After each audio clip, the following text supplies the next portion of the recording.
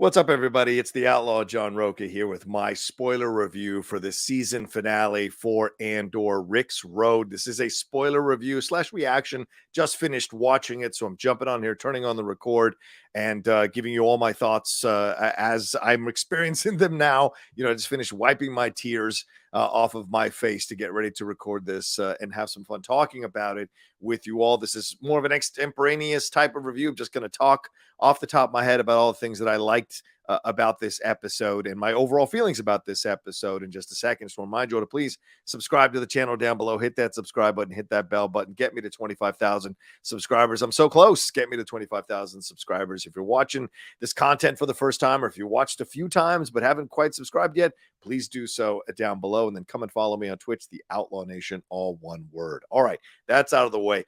Let's jump into this episode. I got to tell you right off the bat, overall, I absolutely loved it. I think this is the best episode of the series, and I think because those previous 11 episodes built us perfectly into what we got here in this finale. Everything was laid out, all the pieces moving into place and moving around the chessboard as they did around Marva's funeral was really well done here. We checked in with Vel and Cinta. We checked in with Lutheran. We checked in with Cyril and Mosk. We checked in with Tigo. We checked in with Corvo. We checked in with all these people. Deidra, Miro, of course, and then Andor showing up there. And we have Brasso with Zanwan, both of them having the interaction about Andor coming and showing up. Andor showing up at Pegla's place, finding out about Bix, realizing he's got to save Bix from the situation that she's in. Also, the whole specter of Marva's funeral is hanging over this thing. We see the Empire loosening up the airspace around so people can show up. It doesn't feel as tight, so they think they're going to let their guards down. They're going to be a little bit softer, and we can surprise them.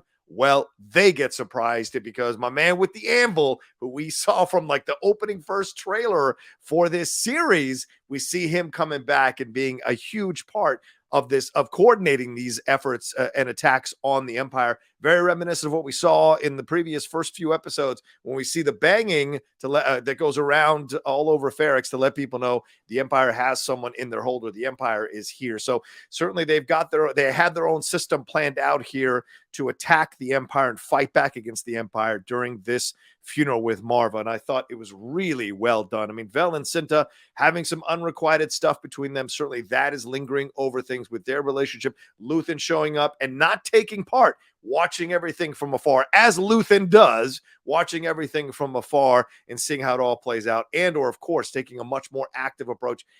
By the end of the episode, when Andor is on that ship, telling Jazz where to go, and leaving Brasso there with B2 Emo and Bix, and Pegla there, he says, I think to me, that's the moment he crosses over into fully being committed to the rebellion. And it's such a great arc throughout this episode as he shows up, of course, throughout the series, really, but here showing up, finding out about Bix, going and getting her out of that hotel, seeing Nurchin, who we find out is a spy against Ferrix and against Andor for the Empire there with Corvo, seeing Cinta kill Corvo. What a brutal moment. I mean, in a Star Wars show, that kind of brutality up in your face, not blaster, not from the sky, up in your face, and then lifting the knife into the body. That's a really brutal kill. Certainly almost an R-rated movie type kill. So I was really excited to see that they were willing to push the boundaries of what Star Wars can be, and certainly what this series could be.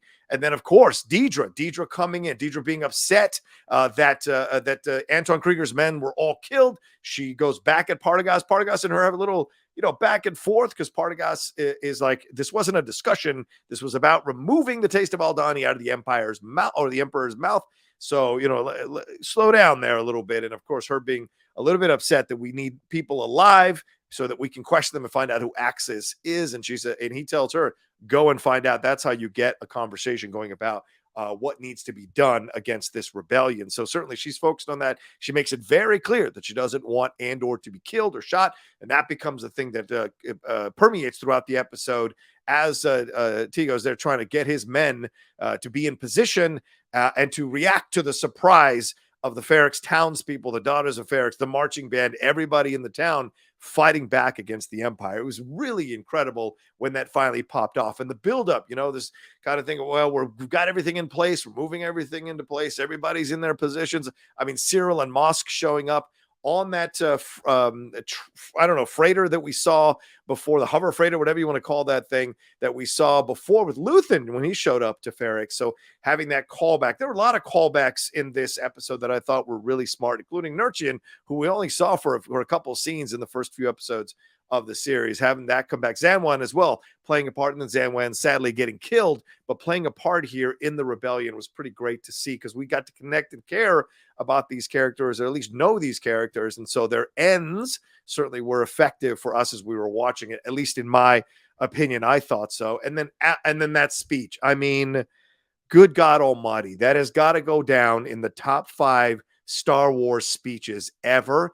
We were complaining a little bit, or people were expressing their disappointment that we didn't get a send-off from Fiona Shaw for Marva. Well, if you're not going to have her physically give you a send-off, a holographic image of her delivering a rebellion speech there was such a great replacement. It was such a genius way of doing. Tony Gilroy, who wrote this episode, just a brilliant decision to do it in that way. And of course, the Empire, because they were being told to hold back, because they were being told to wait until Andor shows up, they don't shut it down immediately. It's only when it finally hits the fever pitch moment that Tio comes in and throws his jacket on top of the holographic image to stop it, and then pushes over B2EMO, which sparks the whole fight there. And listen, you can't get away from the images of seeing essentially a police force with their riot gear and their riot shields pushing against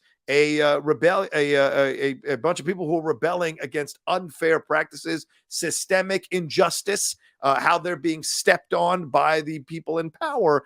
And you link that back up to Andor earlier in the episode, hearing Nemik's manifesto. And I think Nemik's manifesto was just as powerful as Marva's speech, a great companion to Marva's speech. And there's some great lines that I wrote down that he listens to, Andor does here for Nemik's. This is for Nemik's words. The Imperial need for control is so desperate because it is so unnatural. Tyranny requires constant effort. It breaks, it leaks. Authority is brittle. Oppression is the mask of fear. One single thing will break the siege. Remember this. Try. And isn't that what Marva says later on? She says, fight the Empire, right at the end, saying that they were asleep, saying that they, kept the trade routes open. They took their money and they forgot them as soon as they left. But the Empire grows in the darkness. So many great moments here of inspiring people to fight against these things that would oppress them, and certainly, like I said, you can't escape the images that are very topical to what we saw in the streets for the Black Lives Matter protests, seeing the police push them back, seeing the police at times attack them or try to spark a riot with them. And so you saw that, I think, here, in my opinion. Other people may see it the other way around, and that's fair. You got a right to see things as you see things. But for me, that's what I was getting from those images. This was a call to fight back against oppression and tyranny, almost like Tony Gilroy is talking to us in our world. And I think you can't remove that, in my opinion. Of course, you could if you wanted to, and just look at it surface level. It's great. But I think Tony is working on multiple levels here to try to maybe talk to us through this episode about all of this. I mean, I really enjoyed that. Love the joy. Let me touch base again on the Andor journey. Love the process of him saving Bix because of what she's gone through, and her being mentally just absolutely wrecked by what she's gone through, being afraid to leave the room because he's going to be out there waiting for, he's going to do this or that. So I thought that was a really effective moment to experience for us who've come to care for Arjona's character there and her performance in this series as well. So them ending up on that ship. And of course, as I said, Andor sending it off with, I think, him walking back now to confront Luthen. That is awesome. On that ship, him saying, just kill me. You sense that he's got that guilt, because there's that beautiful moment with him and Brasso underneath it in the tunnels that Marva was saying were underneath the hotel that she wanted to clear out for the rebels to use if they were to ever attack the Empire. How ironic that it is where Andor ends up with Brasso, and also what he uses to sneak back into the hotel to save Bix. That's such a great callback yet again. But Brasso and him having that beautiful moment about Marva and how Cassian feels guilty. And I know there are people out there, I've seen the stories, heard the stories personally from friends of mine who have an argument with somebody and then they happen to pass, or a family member and they happen to pass, and you're not able to patch up that argument, and you feel the guilt of that for a long time. And here's Brasso saying to him, your mom said you would say that.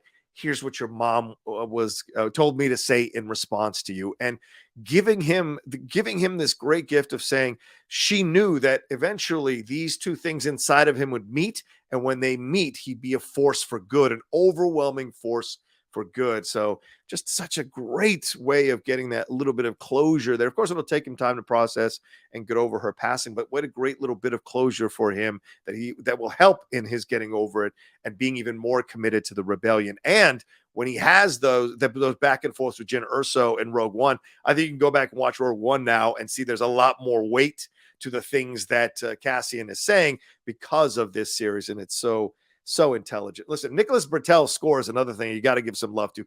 I mean, just incredible stuff here, right throughout the whole episode, building the tension, building the drama, and when everything pops off, taking us from one place to another and getting swept up in it all. Just a fantastic job by Nicholas Britell in his score. Loved what happened with Cyril Karn and Deidra. I mean, that's going to happen, right? That's the new ship. That's the shipping. You got to ship that. I thought they were going to kiss, and it worked so well. Deidra being descended upon by the townspeople, that would absolutely happen because they're looking to destroy anything connected to the Empire, regardless of gender, regardless of status. They want to destroy them descending on her, but him grabbing that blaster, which they did a great job of kicking around because of all the madness going on, and putting it back and saving her in essence and dragging her because he's dressed up like someone from Ferrix, I thought really worked. And them having that moment, and she's super caught up because she's probably never been in that kind of experience. And so the shock and the whole, like, your nerves are jangling, all of that. And there's a moment there where he's almost possibly they're going to kiss, like she might kiss him or he might kiss her, but his responses to her is like, you were in trouble, I had to save you. So it's a little bit, it's going to be interesting to see how those two play out in season 2. I'm very fascinated to see how that relationship develops in season 2 for sure. But if he had kissed her or she had kissed him, I was down for that moment. I feel like they've earned it because they're both such hard asses in different ways. Having a huge situation like this kind of make the walls come down, it's not unbelievable to see something like that happen. So I thought that was really cool. I also thought Wilmon, the profiling of Wilmon here of Pac's son, seeing him building that bomb and then eventually using that bomb, which sets off all the explosions. You can feel any way you want to feel about this. For me, I was connected to that kid. I understood that rage. I understood that anger.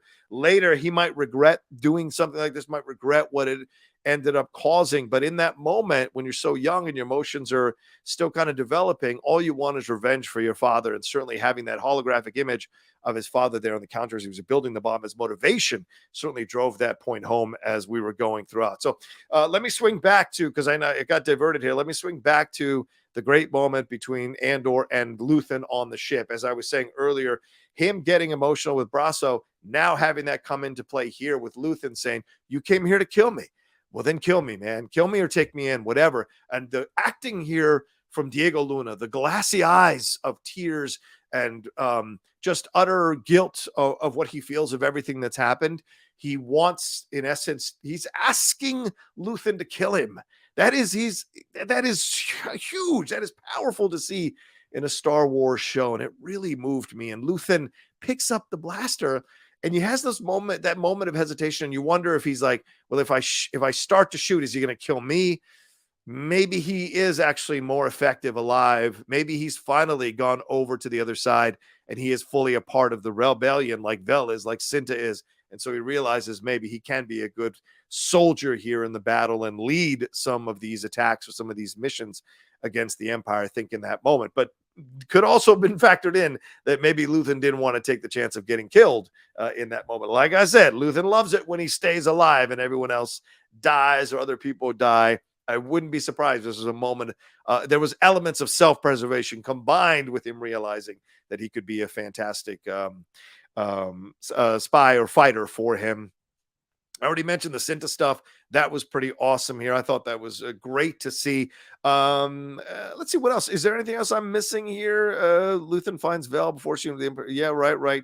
Okay, I thought the marching band stuff was really great. The Empire. So, hey, look, those stormtroopers, apparently their aim's a lot better on Ferrix than we've ever seen it in Star Wars. So seeing them take out some people, and RIP Zawan, as I said earlier. So sad to see him go out there. But all of that it all just works so well for me. And then Pegla saving B2 Emo to get on that ship with Jazz and Brasso, I thought was really great. So now Brasso, Bix, B2 Emo, Jazz, and I think Pegla just kind of let them go. They all survive into season 2, which I think is great. The ending on Andor was great. I thought that was a fantastic way to end this situation. Oh, and then Mon Mothma. Let's talk about that real quick. Oof, what a beginning here. We see her having Perrin come into the car. He's waiting. She's been waiting for him. She almost took off without him, and she kind of turns things around a little bit about this missing money. She gaslights Perrin and says, you've been gambling. People telling me you've been gambling. Some money's missing from my accounts. Why don't you just go to Canto Bight and do this? And the whole time he is protesting his innocence. We're seeing a ruthless move here from Mon Mothma in trying to get out of this situation that she is in, and she's blaming him for the missing money. And this is, and we have their driver who is spying on them and listening in on their conversation. He later goes to Blevin and delivers the news about that. So clearly she was right that he's a spy there to monitor what she's doing. And later we see her there with Perrin arranging the meeting of Leda with Davos Skulden's son. So that's going to bear fruit in the second season as well. We'll see how that all plays out. I know a lot of people are thinking we might have found out Perrin or Leda were working for the Empire. It looks like it's not. That's not the situation, at least at this point. And then that post-credit scene. Oh, my God. So we find out that those things they were working on Narkina 5 were actually being put into use, and we see the droids installing them into the shields of the Death Star. Listen, all roads lead to the Death Star in Star Wars. You know that. And certainly the Death Star getting the plans. That's a huge, massive part of Rogue One. So having that post-credit scene, I think, was a brilliant way to kind of tie up Rogue One to the end of Andor here and get us excited for what we're going to get in season 2 for sure. So thought it was a great post-credit scene that had the right amount of chills. They gave you the right amount of chills here and dread going into season 2 and excitement to see what we're going to get from season 2 for sure. Well, what did you think? Did you like it? Did you enjoy it? Did you love this? Or did some of it not work for you? Let me know what you thought about the finale in the comments section below. Remember to hit a like on this video, share it on your social media, and put that hashtag the Outlaw Nation. Let people know what we got going on here on the Outlaw Nation. You support what we do, support us by retweeting it to your followers so they come over and hang out with us, and we can help the Outlaw Nation grow more and more. Remember to hit a like on this video, and also remember to subscribe to the channel. Number one thing, subscribe down below and hit that bell button. Also, head on over to Twitch and follow me there, the Outlaw Nation, all one word, and the Patreon, patreon.com/John Rocha. Also, if you're watching it this morning, this review right now at 5 p.m. PT tonight, 5 p.m. PT tonight, we are going live with the Geek Buddies and Laura Kelly to spoiler review, and dive in even deeper into this episode and break down all the moments that happened here in this episode. So look for that later on at 5 p.m. PT. All right, y'all take care of yourselves. Be well. I am so happy. This is right now, honestly, Empire Strikes Back is my favorite, number one thing in Star Wars from that type of Star Wars. This is my number one thing from this type of Star Wars. They're equal in my opinion, and I don't think I'm backtracking from that opinion at all. And we'll see what season 2 brings us. And maybe by the end of season 2, I may be able to say Andor actually eclipses Empire Strikes Back. Wouldn't that be crazy? I never thought that would happen. All right, take care of yourselves, be well, and I'll talk to you next time with another brand new spoiler review video here on the Outlaw Nation. Be well.